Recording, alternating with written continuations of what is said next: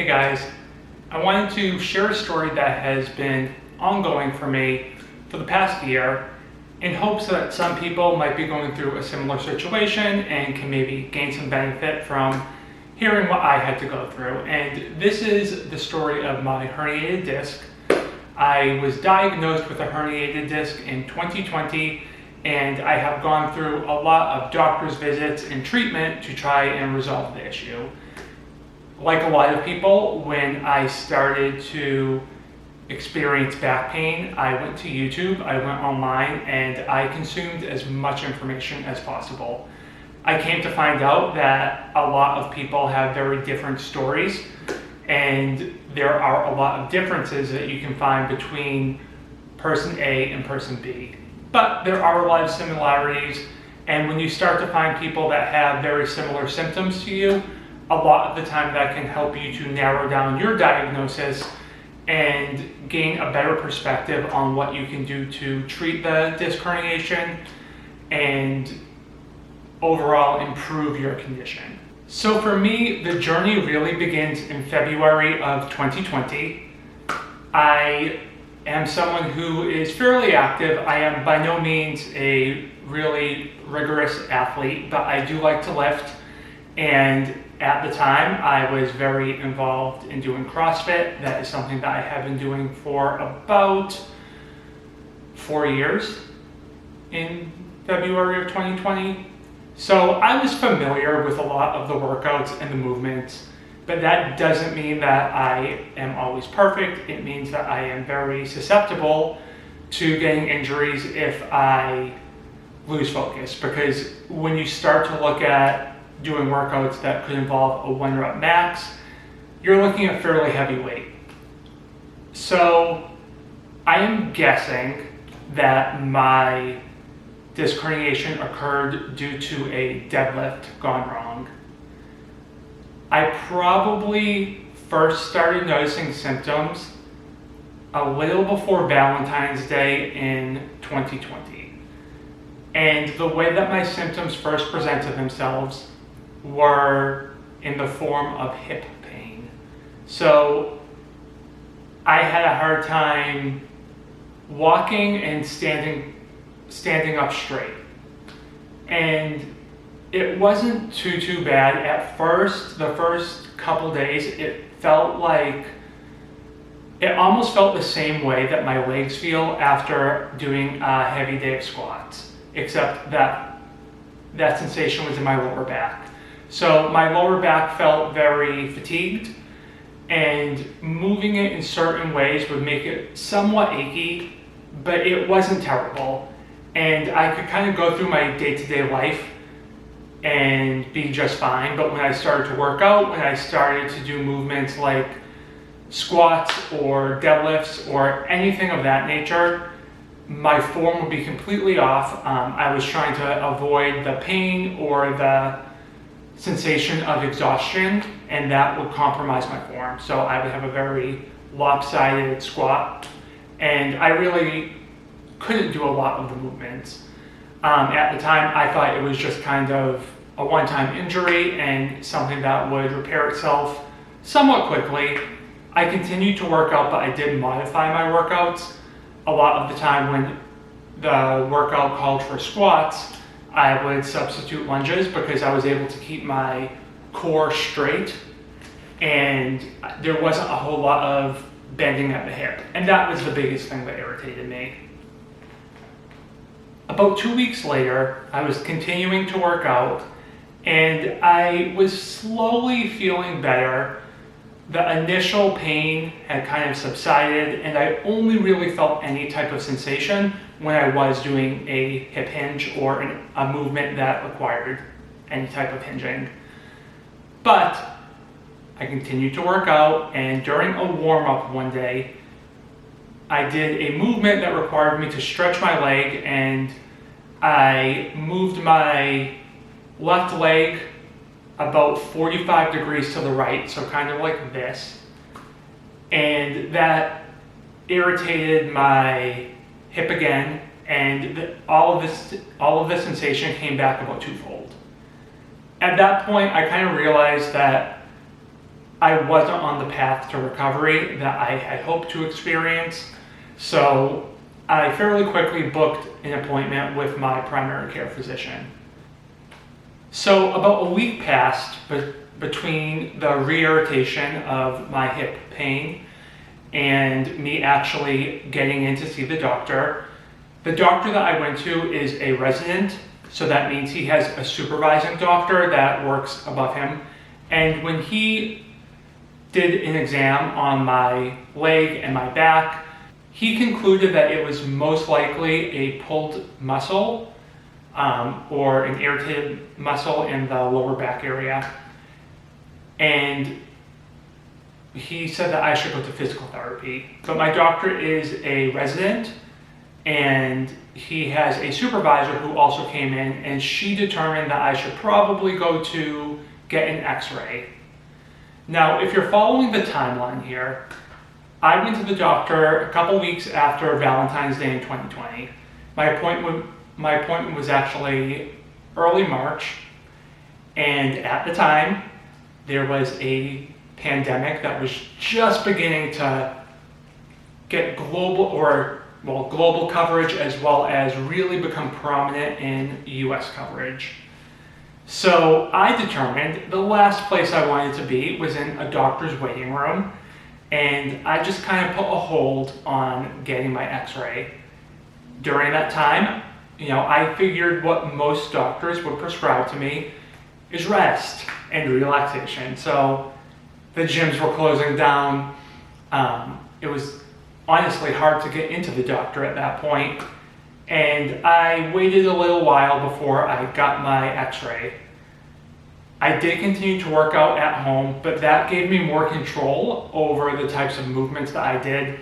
And it's a lot easier to substitute movements when you are at home making your own workouts. I actually was taking classes over the computer, but I had so much more control over what I did that I didn't feel I was irritating my hip or my leg.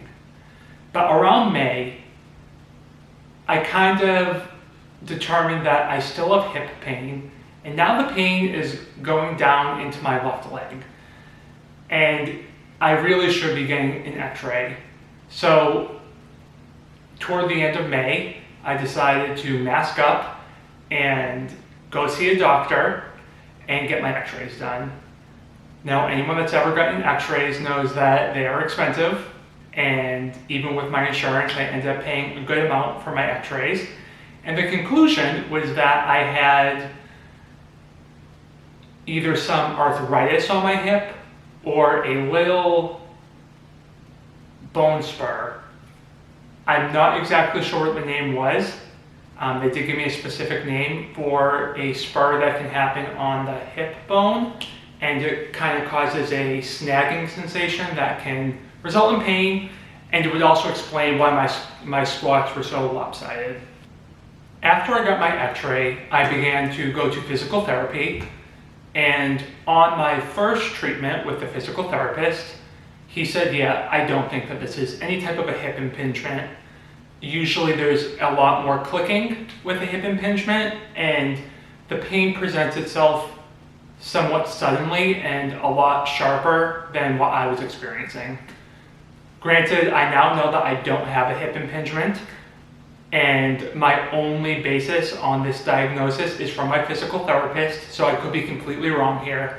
That's just what he told me. He did determine that my issues seemed to be stemming from a lower back condition, which it turned out the physical therapist was very right. And he said that we should more so look into treating my symptoms as if I was having a lower back injury. He recommended and told me that the most likely scenario would be that I would need to get an MRI after I completed my first round of physical therapy. So I did continue to go see the physical therapist, but I was like, this is silly. Why am I going to go to physical therapy and treat what might be a hip issue? It might be a back issue. We don't really know. I'm just going through the motions so I can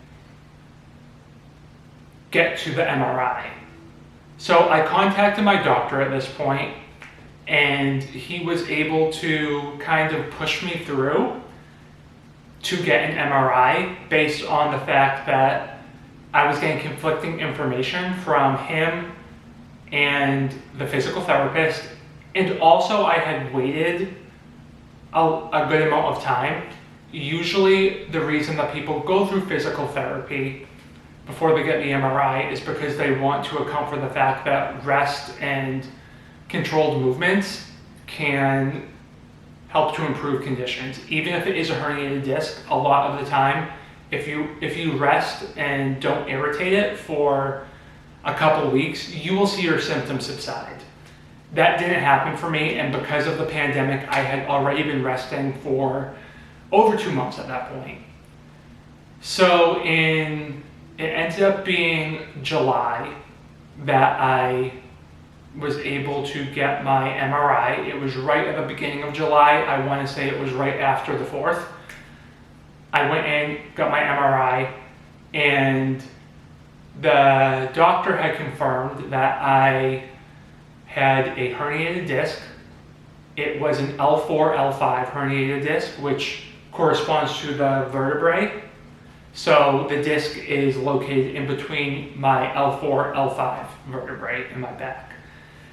And the reason I was experiencing leg pain is because that disc herniation was pressing on my nerves, and specifically my sciatic nerve that goes down my left leg. So that is why I experienced pain down into my left leg. And by this point, I was experiencing a considerable amount of pain in my left leg, and I was taking Motrin daily. I know some people have much more severe symptoms than I did, but I really didn't want to continue taking Motrin or ibuprofen or any type of drug daily when it was really just a band-aid for the pain and not a solution. So after speaking with the doctor who had looked at my MRI results, we determined that I should go see a specialist who focuses on lower back pain, and I should continue with the physical therapy. Now, I'm just going to say this right now. I really did not like the physical therapy. This is nothing to do with the physical therapist himself. At least I don't think it is. Based on my studying and my past experiences, it seemed that the exercises he was telling me to do would be beneficial for my back, but I dreaded going because I knew every time I went, I was just going to have to lean into my pain more, and that was not fun. But speaking with the specialist for my back, I did get a little bit of hope. He told me that I could go down a couple of routes. Physical therapy is the first one, but I was already doing that. My second option would be to get an epidural shot in my back that is designed to reduce the inflammation of my herniated disc. And the goal with that is not necessarily to resolve the herniation, but to reduce it to the point that it's not pressing on my nerve. Many people will have herniations in a disc in their back, but because the herniation does not present any type of symptoms for the individual, there's really no need to proceed with any type of treatment. It's certainly something to be aware of, but it's also very common, especially as you get older. So if you can get through your day-to-day life without any type of pain, there's no need to treat it. My third option would be to get a microdiscectomy, which is a surgery that would allow the doctors to go in, remove that little piece of herniation in my disc, and present or allow my symptoms to subside because there would be no pressure on my sciatic nerve. That was the last resort, but in my mind, I was very aware that my condition could result in surgery, and it would only be a couple months before I actually had to go through surgery. So I don't want to go into too many details with the epidural shots in my back because I found that there was a lot of information that was missing online. I might consider making a separate video just because I felt like I struggled to find information about getting an epidural, even just testimonials from people who had undergone the procedure, but I got two. I ended up getting two. They will only administer a certain amount. The first one did help a little bit. The second one, I saw no improvement, but I also didn't see any regression from it. The biggest positive from the first epidural shot was that I no longer felt the need to take Motrin every day. I was able to get by without ibuprofen, and that was positive because I really don't want to be putting any type of painkiller into my system every day. You know, if I have a headache or a one-time condition, that's one thing, but it's not a way of life, at least not the way that I wanted to live. But on the other side, I still felt like there was a lot of work to do because yes, I'm not taking medicine every day, but my quality of life really hasn't improved. You know, I can't really bend over without experiencing a lot of pain down my leg, and that's preventing me from doing any type of working out. I couldn't do a whole lot of housework, and it was a huge pain to get in and out of the car. So my goal with all of the procedures was really to improve my quality of life, and that really was not happening after the epidural and the physical therapy. So around October, I returned to the doctor and started talking about the next steps with my back. And this is when he seriously started talking to me about getting a microdiscectomy. And this would have taken place probably in the last quarter of 2020. I was referred to an orthopedic surgeon, who is the person that would go in and operate on my back and talk about options. Now, when I actually met with the orthopedic surgeon, it was almost like I was resetting my discussions back to the place I was in probably July. It was almost like he didn't really acknowledge that I had taken the epidurals, and he said that some people like to wait, some people like to move forward with the surgery, and it's more of a personal thing. Now, believe it or not, these were not the answers I was looking for. I had been down this road for probably about half a year at this point, and I was looking for someone that would really give me direction.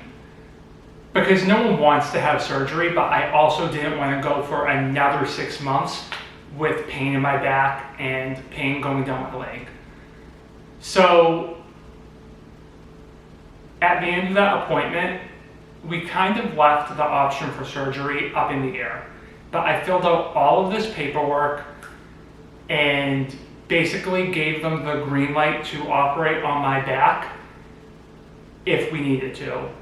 And this should have initiated the surgery process, and this should have allowed the doctors to give me a call and schedule a time for surgery.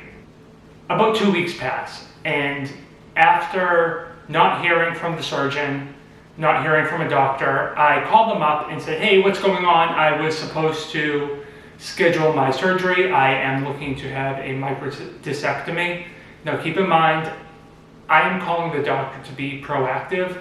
I still wasn't 100% had my mind made up, but a big part of going to the doctor and the medical system in the United States was insurance, and I have a plan that I had run through my entire deductible, and if I had surgery at the end of 2020, it would be much less expensive than if I had surgery at the beginning of 2021, where I would have to go through my deductible again.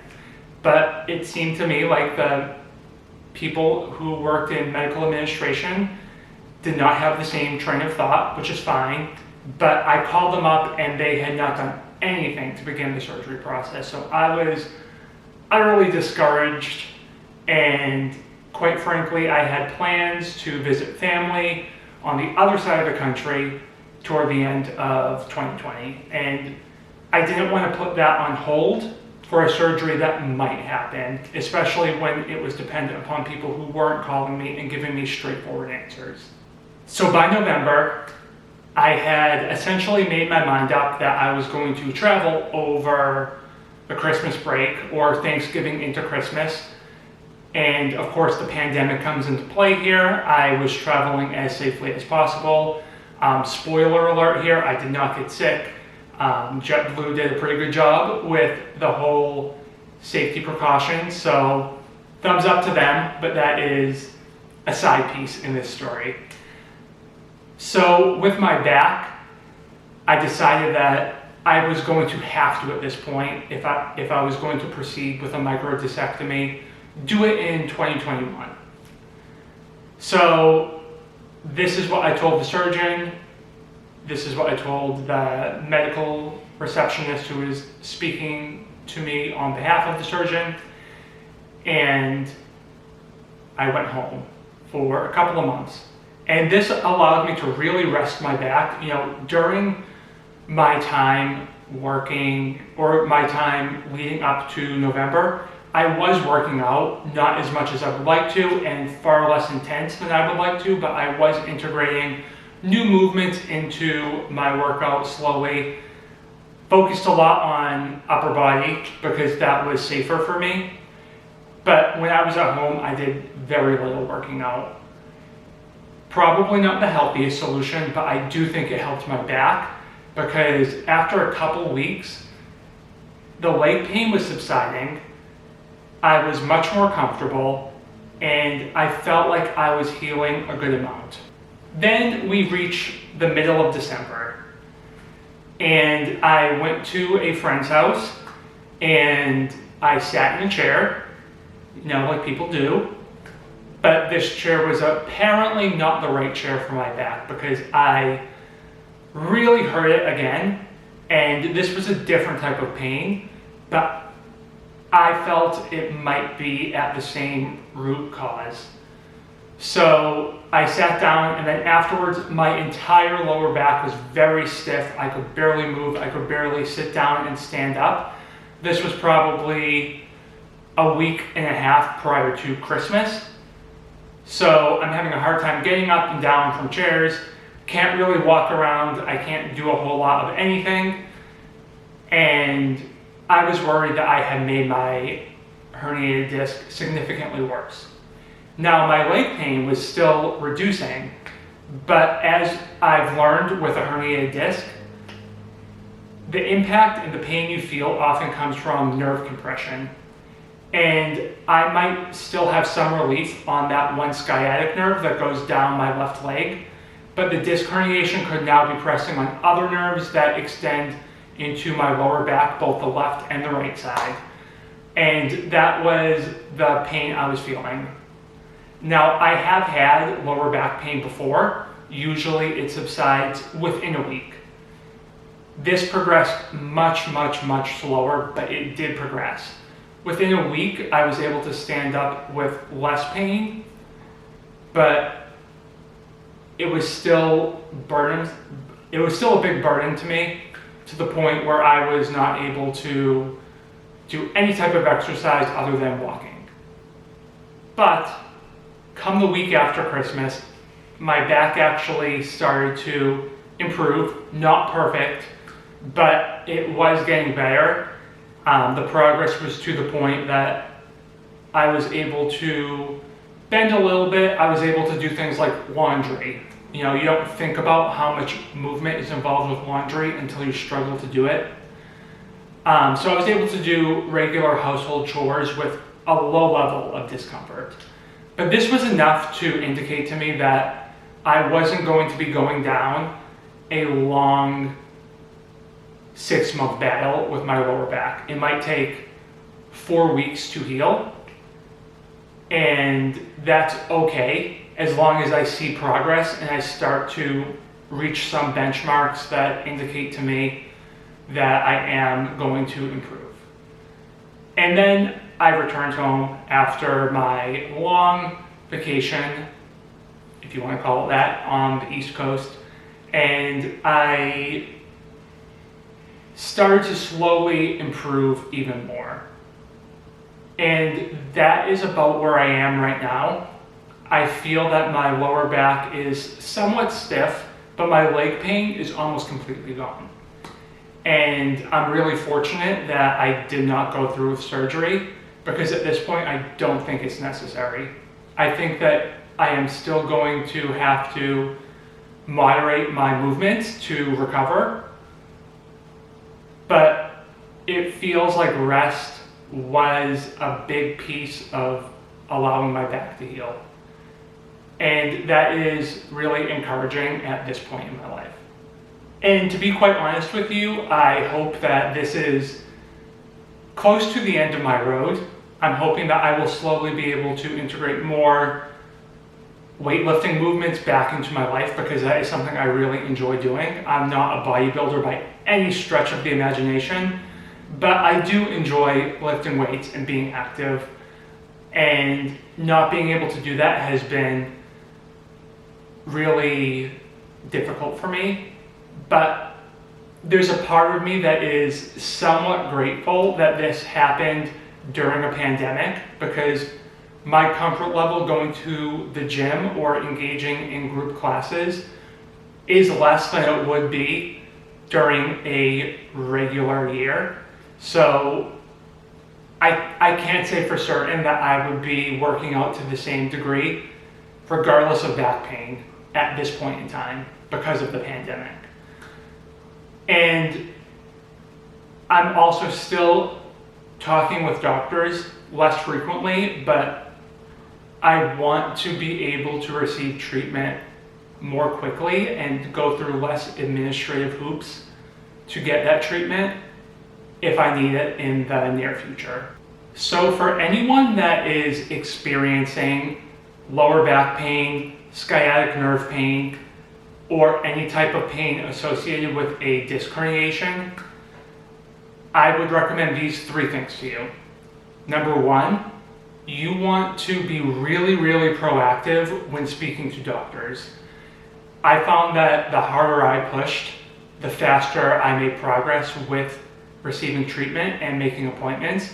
And it's really frustrating to have to wait 6 weeks to get an appointment, because you know that you're going to spend those 6 weeks in pain while the doctor is going to be spending those 6 weeks doing regular activities. So you need to push, you need to call. If they tell you someone's not available, they might truly not have any availability, but there might be other options for you or other people you can see, and that will hopefully make a difference in your state of living. The second thing I would recommend is to keep a log, whether it's written or mental, of your pain.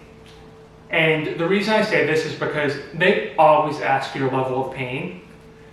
And when you look back at pain, you can remember what was limited in your life, but you can never truly feel that pain again.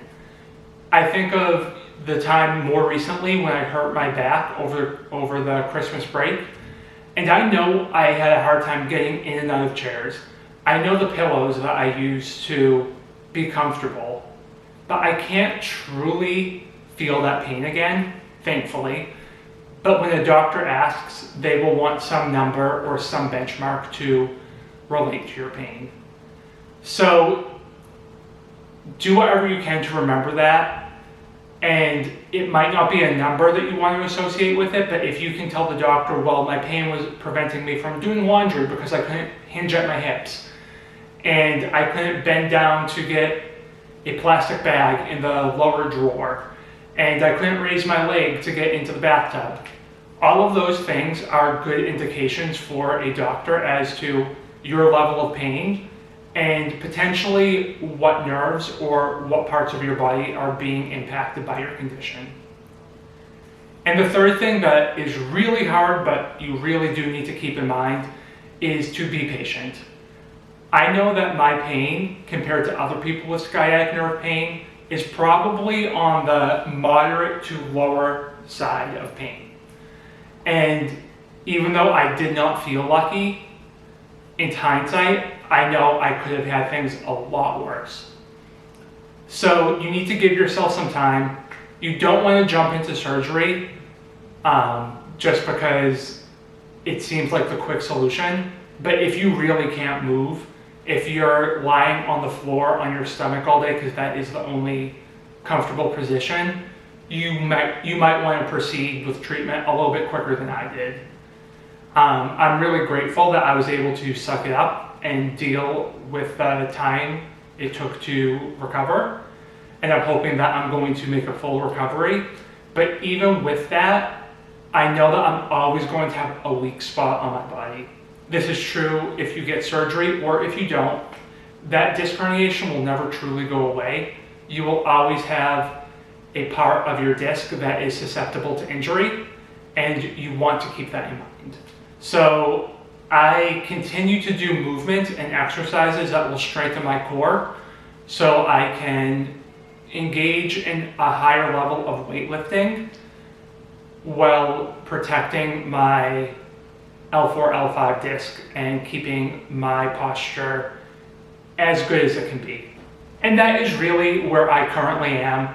I know this was a thorough explanation of my journey, and I'm happy to be able to provide that because other people on YouTube were a source of guidance and inspiration for me.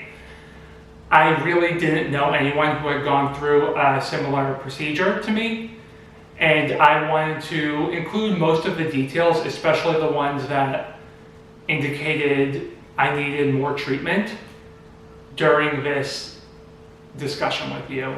So if you relate to this story at all, I am happy to answer any questions with my experience. I'm not a doctor, I've just been to a lot of them. So I am happy to help as best as I can. And hopefully you found some solace or some comfort in knowing that other people have gone through a similar journey to you and you can and will improve.